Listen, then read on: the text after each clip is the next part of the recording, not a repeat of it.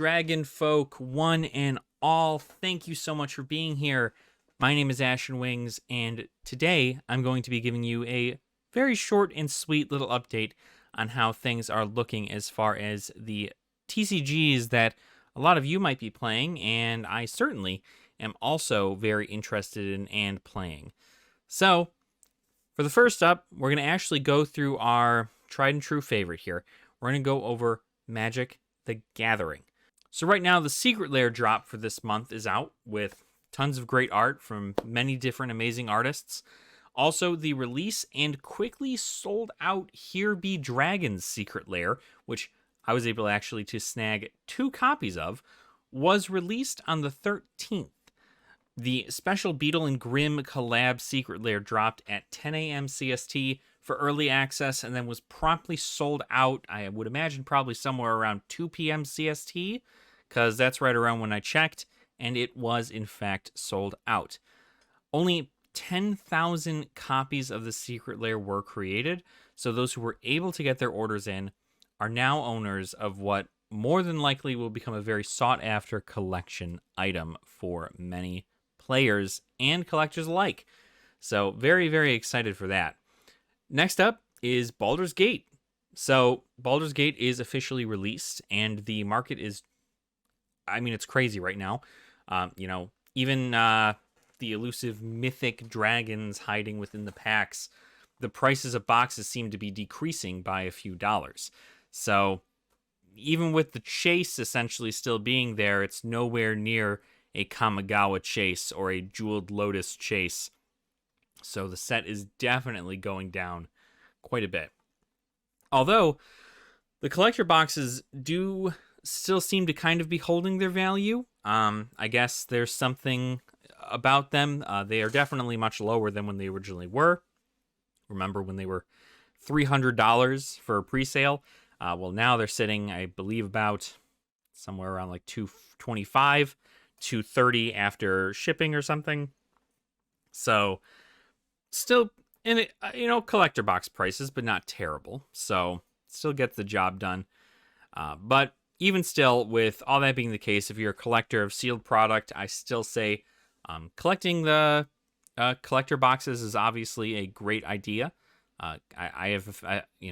Collector boxes will always hold their value sealed no matter what. But if you also want to get some draft and set booster packs or boxes, cracking packs, I'd say you're better off getting the set boosters. But if you want to have something fun to do now and also later on down the road, draft booster boxes are actually right around $90 before shipping. So that's pretty good for something like this, a set with tons of rares and tons of flavor for your Dungeons and Dragons nerds out there like myself. So very, very fun time. Obviously, buy at your own risk.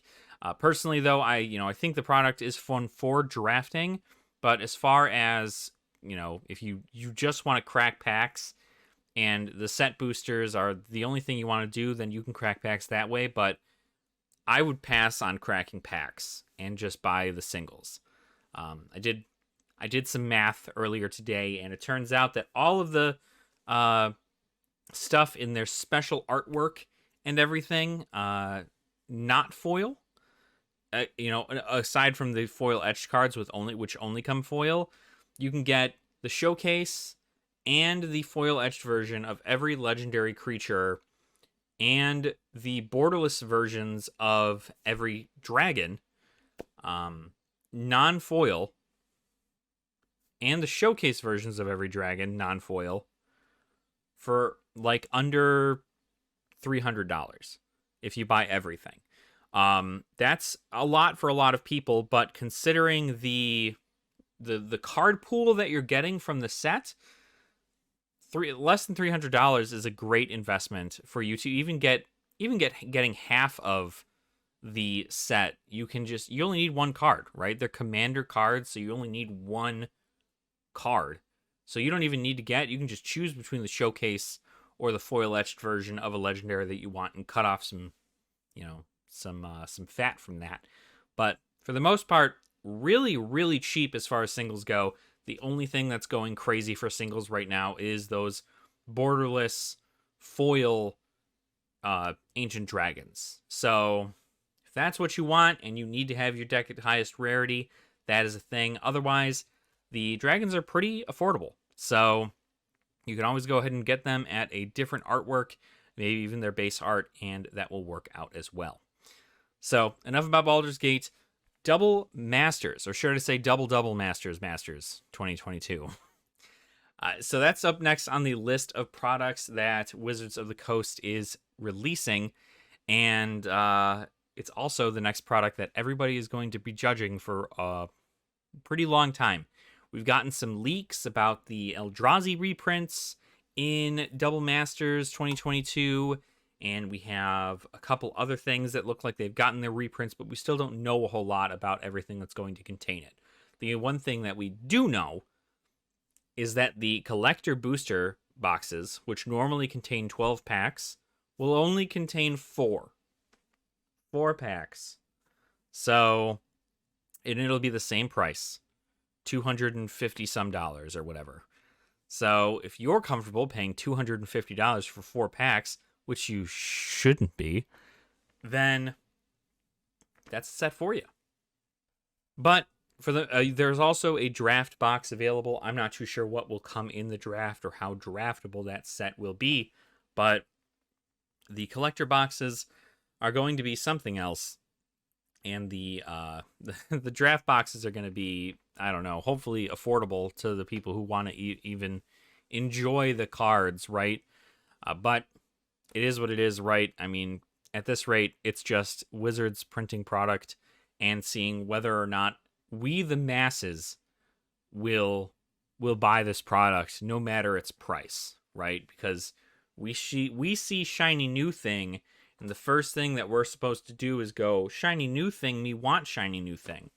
But buy singles. Just do that instead. All right, anyway, enough of Magic the Gathering. So next on the docket is YuGiOh. So YuGiOh, I know it's weird to talk about YuGiOh and Magic in the same video because normally I keep them separate, but I do still like YuGiOh a lot, and I still want to talk about the new things that I'm seeing that are coming up for it. So what I'm getting a lot of now on my feed is the Legendary Duelist Duels of the Deep, I recall. I think that's what it is, Duels of the Deep. A Mako Tsunami Legendary Duelist set is due to release in a couple days. So the only thing, though, coming from this, right, is you get a ton of water cards, a bunch of Marincess archetypes. So if you like running Marincess, those are pretty much widely available in the set. There's also a Ghost Rare Silent Honor Arc Xyz card. If you like collecting ghosts like I do, obviously just buy a single. You don't have to buy the box because a Ghost Rare is going to be hard for you to pull. Just buy the single.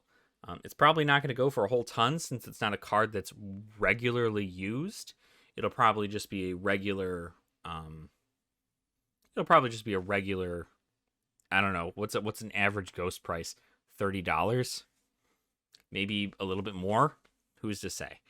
But it's also a not a C card. It's a number card. I know there are also number collectors out there too of max rarity. So on top of that, actually, Giant Hand also comes in Legendary Duelist. Now that I think about the numbers, Giant Hand was originally a Judge promo card, I believe, that was like $2,000 or something was the only way you were able to get it.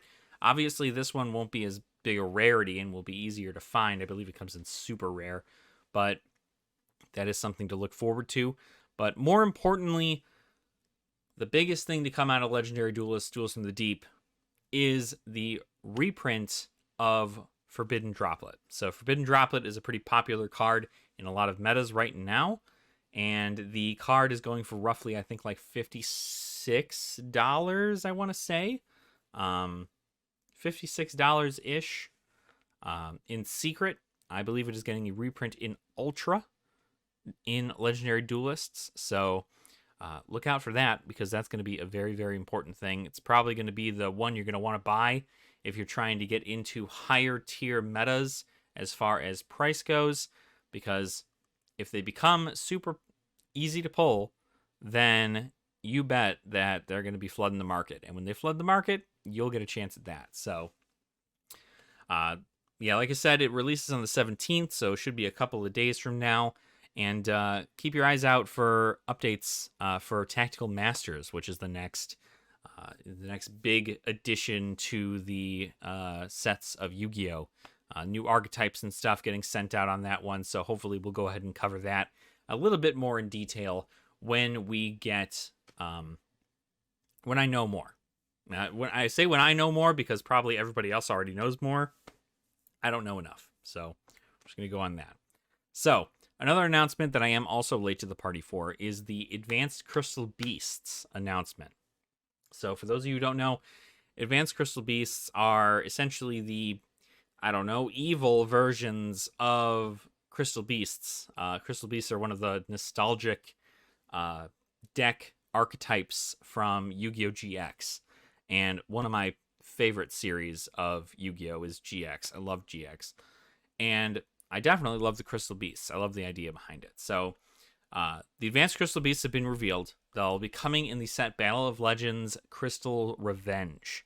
So as someone who's super big into playing nostalgic decks, I'm very excited to see what the archetype will bring to the meta. But it releases way down in like November. So it'll be a little while. We'll have a lot more other cards set up, but I'm excited to see what happens come November and what's happening. So finally, we're going to do a big announcement, right? The third, I've always been talking about a third TCG that I've been wanting to cover and kind of go into and learn a bit more, because I've loved the concept of it ever since learning about it. And just, I want to keep up to date with it so I'm not out of the loop. But the third TCG that we're going to be covering on this channel, along with Magic the Gathering and Yu-Gi-Oh!, is actually going to be Flesh and Blood. Right now, Flesh and Blood, I know there's weird controversy about the whole thing, so on and so forth, but like, I truly think that the game is going to go places, and considering its success from its beginning until now, the fact that it was able to release pre-pandemic and then live throughout the entire pandemic after quite literally having its whole concept being to play in Flesh and Blood, the fact that it lived through that pandemic and is continuing to gain traction to this day does show me that there is hope for the game. And I mean, they just had this big thing. The reason I'm talking about it is because Flesh and Blood just finished up its big debut of Uprising, which is its new set that it's coming out with. A bunch of fire-themed cards, a bunch of dragon-themed cards. If you couldn't tell, we like dragons around these parts. Dragons are great. And so after finding out that they're coming out with a hero that is a illusionist that uses ashes to summon dragons of legend, I was like, well, how do I not play this game? They're literally tailoring it to me, you know what I mean? So like, now I'm going to have to figure out what to get for a deck, how to properly get something set up, and then I think the harder part is going to be finding a LGS for which I can play it in. But we'll figure it out then. But anyway, they just got done with their debut of it. They did this big old tournament and everything going on. You're able to do there's a whole big, where was it? New Jersey? New Jersey seems to be where a lot of these tournaments are being held. So big stuff. I've also learned about the living legend status of Bravo, Star of the Show, or also known as Starvo. I guess he had won a lot of tournaments, and once a hero wins a certain amount of tournaments and accrues a certain amount of legend points, they become a living legend and are no longer able to be used in Classic Constructed. They also have it for Blitz as well, which is just a smaller version of Classic Constructed. But that's really cool. So now I'm able to see that that's kind of how their meta is going to work, is they kind of make it so it's not the same hero over and over and over again. They rotate. This is how they're going to rotate the meta, is by doing that. So very, very excited for that. Excited to continue to look into it, right? Flesh and Blood, like I said, is something I plan to look into. I've already ordered a case of Uprising, and so hopefully that will come in, and I can go ahead and look into that, and we can open it together, because it'll be my first Flesh and Blood opening, and I'm more than happy to continue to open Flesh and Blood because I do truly enjoy the game.